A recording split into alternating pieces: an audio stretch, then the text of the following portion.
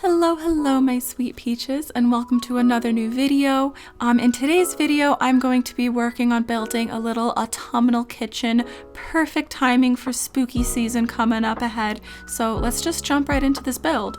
So for this build I decided to work over on Harv's Island just because it's a lot easier since you have all of your items cataloged there, and it's much faster to customize because I'm way too lazy to use a real customization bench. So I started out just by picking flooring and a wallpaper. This isn't necessarily the ones that I was going to use at the very end, but I just wanted something to start with just to kind of get the vibes. And then I went ahead and opened up my catalog and just started scrolling through and picking out any items that I thought might look good. And this was a good choice, but also kind of a bad choice. It was nice because I got to see all of the items I had, and there are a lot that I noticed that I didn't originally think of using. So it's kind of a good way to just to see all the different things I had available, and there are a lot of things I ended up picking out that I normally don't use. But it also got really hectic really quickly. As you can see, this room filled up very fast. I had so many items all over the place, and once I actually started to decorate and rearrange things, it was just way too much. There were so many items in the room that I had to basically delete everything out and start fresh because I couldn't move anything around. Alright, and now I'm finally starting to get to that rearranging phase, which, as you can see, I also kept goofing up. I have not been to Harv's Island in a long time, so I kept accidentally getting rid of things and then having to go back and re-get them again, which I did clip out all of the little parts where I went and got more items, because I think you've probably seen enough of me scrolling through my catalog already for one video. And I never noticed the pirate barrel matches the old wood customization for the Ironwood series perfectly. And I was a little worried it might be overkill, which is why I was considering using a den desk, but I think it's kind of nice having all of that sort of green toned wood in this room. And I suppose I should talk a little bit about the inspiration.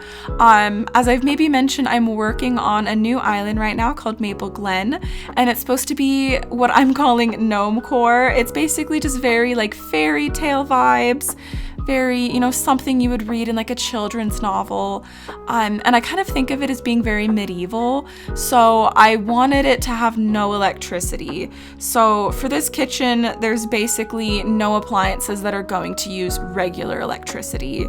So no refrigerator, no stove. Obviously, for your island, if you choose to recreate this build, you can feel free to use a fridge or a stove. You can do whatever you want. This was just to kind of get my gears turning and start thinking about how I might want to decorate some of the rooms on my island. Which, another note, I believe the rooms on Harv's Island are bigger than the actual rooms in your house. So like the side rooms in your house are not quite this big. So you probably can't recreate this build exactly in your house since there's not enough space. But I kind of feel like it's more just to get inspiration, at least in my opinion. Even when I build things in Harv's Island and make it the perfect size, I end up changing things, I think it's normal that when you recreate something, you might change your mind a bit. So this is just kind of a general bit of inspiration for you all, hopefully. And if there's some things you like or don't like, you can just take them out. Like for example, right here I put in this shanty mat. I end up taking it out, but like watching this video back, I actually like it more, and I think that I want to use it. I ended up switching it for this Turkey Day rug, and I don't know, I love the Turkey Day rug, but there's something about the shanty mat that is just so rustic that I kind of wish I'd kept it in. But so obviously, you can do whatever you want and change things up. And here I started adding in all of these little tiny details. Once again, I was trying to go for like no electricity vibes. So like I had to take some things out, like my toaster or the coffee grinder, things like that. Just because I don't think they're really going to be using like coffee pots and all that on a medieval fairy tale-esque island. And then, oh God, this is the fun part. It took way too long to place these den desks. This is like This is painful watching back now. I just really wanted to have like a kitchen island, but I wanted you to be able to actually like get back in that corner and like have it look good, but then it was just too close to it was just too close to everything. There's just not enough room. And I tried so many things. I tried this corner thing. It just didn't look good because none of the wood tones match. But I eventually just settled on doing it just two side by side. Which now that I look at it, I don't think you can even get back here because of where I've placed the butter churn, but you know what? It's okay. It looks good.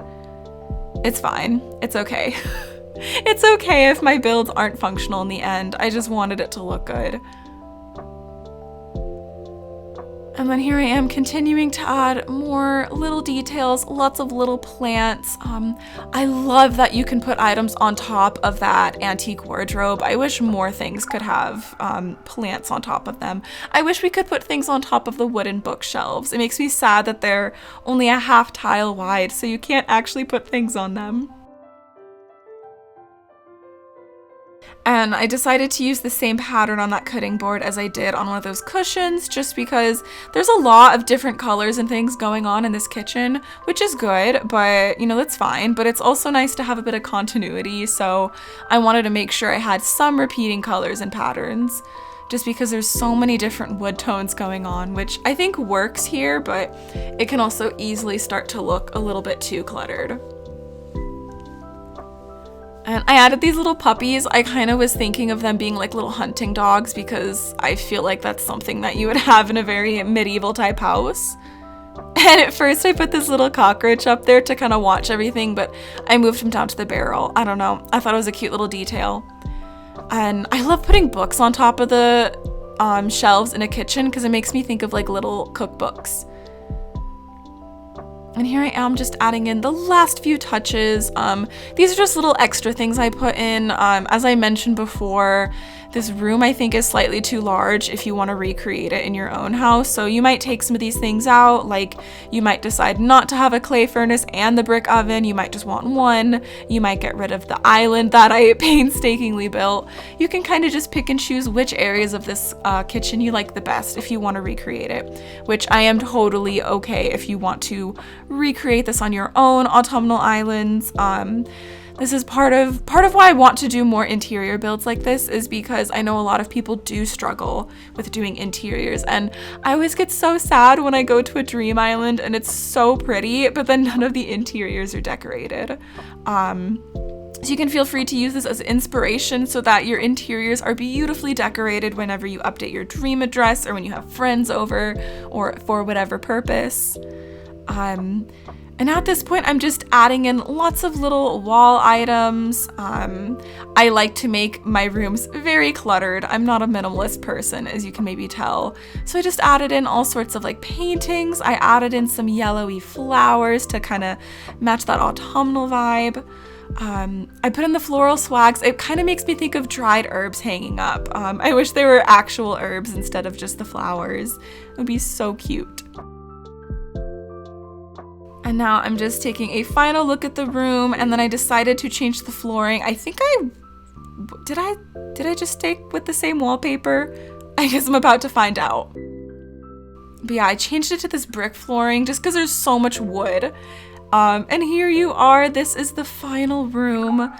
It's just so warm and cozy, and I'm so happy with how it turned out. It is just perfect for fall, which as I'm uploading this video, it should be October 1st, so happy spooky season, happy first day of Halloween. I'm very excited to churn out all sorts of cozy autumnal content for this month. Thank you so much for watching this video. If you enjoyed it, please give it a thumbs up and subscribe to the channel if you're new. And if you do end up recreating this all, please let me know in the comments or tag me in any of your posts on social media. I have all my accounts linked below, and I'll see you all in the next video. Stay peachy.